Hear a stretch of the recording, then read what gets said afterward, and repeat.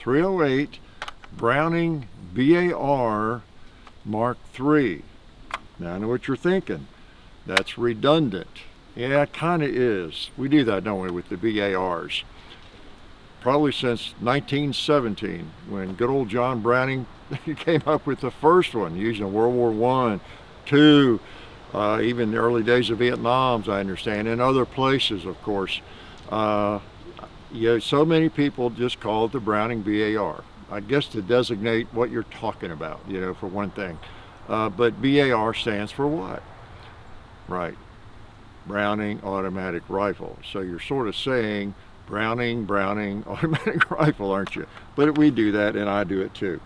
So let's shoot it, and then let's talk a little bit about this thing, okay? It's 308. I've got a 3.5 by 10 Leupold on it, and I should be able to hit something with it. I just went ahead to put a scope on this one instead of a red dot, and thought we might play with it at some range. Who knows? Never know. So let's let the bolt down and take a couple of shots, see if it will shoot, see if I got the scope on.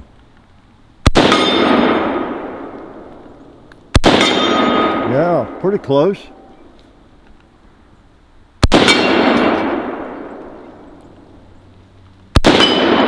Feels pretty good. Might even be pumpkin ready. Let's shoot that pumpkin survivor. I can't believe it has survived the weather this long. What about a 2 liter right there? All right, and a gong. Yeah, 10 rounds. And that was one of the characteristics. Oh, a nice ring. One of the characteristics of this Mark III is available in a shorter barrel, fluted barrel, and with a 10-round magazine.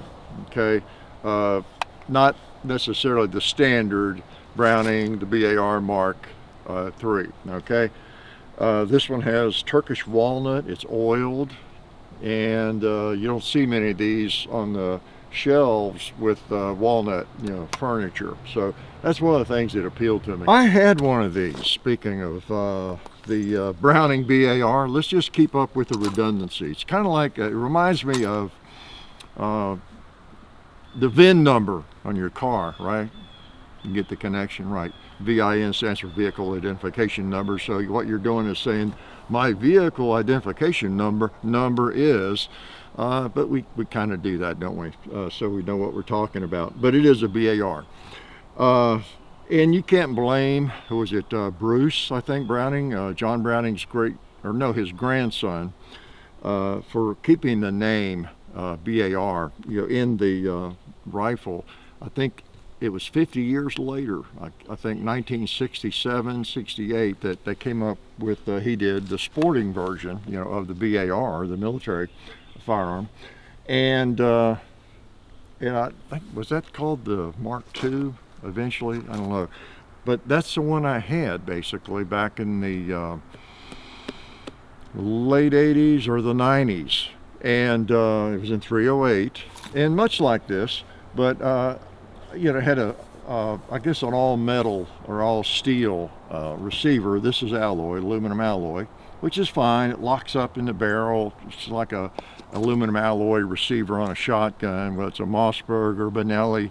Your bolts locking into the barrel, okay, the lugs and everything. So AR-15, you name it, M16, so just because something has an aluminum alloy receiver doesn't mean it's going to fall apart at all, right? But mine did have it. They had those. I think all those maybe in that generation had a steel receiver.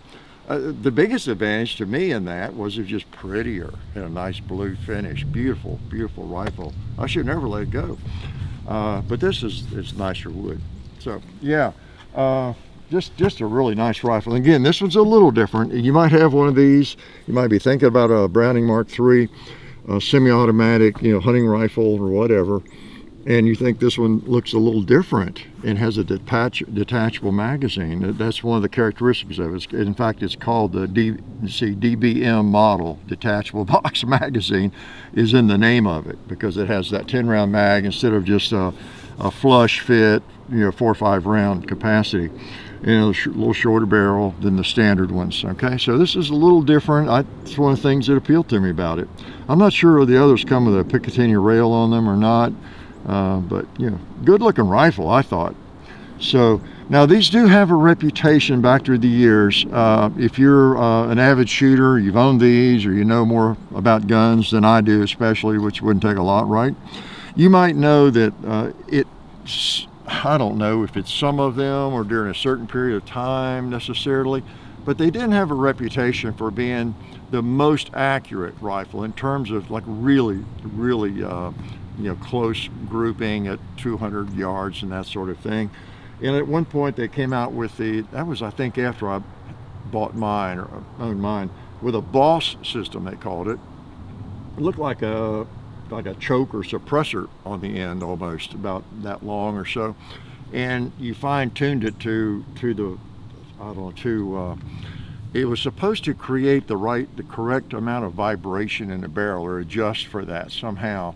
And as you're sighting it in and testing it, shooting groups, and as you tweak that, you would find a place where it would group the best, I believe, as I understand. And so, you know, they're not going to be as accurate as a bolt gun probably in terms of, you know, shooting a really tight group at long range. But they're just nice, and they're good enough for most purposes, I would guess. It's semi-automatic, you know, in 308, and these things are available in like 270, 243, 300 Win Mag. For a semi-automatic rifle, it doesn't weigh 100 pounds. You know, in fact, the Safari model, which is like the one I had, I think, it was available and still is, I think, in 338 Win Mag, in a semi-automatic. Can you believe that? So, pretty cool. Let's shoot it again. I like this because it has the detachable magazine with 10 rounds. Depending on whatever you're going to do with it, I don't know, it's just nice if you're a shooter especially. Now, if all you do is hunt, you don't spend a lot of time at the range with your rifle, maybe plinking with it very much, it doesn't really matter. But 10 rounds is nice to have that capability, and what you generally consider a hunting rifle, right? This would make, I saw someone who would talk about what a great hog gun this would be, especially in Texas where they kind of bait them and they've got a real problem with them. And when they come in and there's 4 or 5 of them, you might get a chance to eliminate several of them, you know, before they get away, as opposed to a bolt action gun or something. All right. For most hunting, of course, a bolt action gun is sufficient. All right, you see our product placement here. Didn't know Clorox would ever be sponsoring us, did you? As a joke. Wow, attacked us. And they're another sponsor, Arizona Tea. Just joking, of course. Just joking.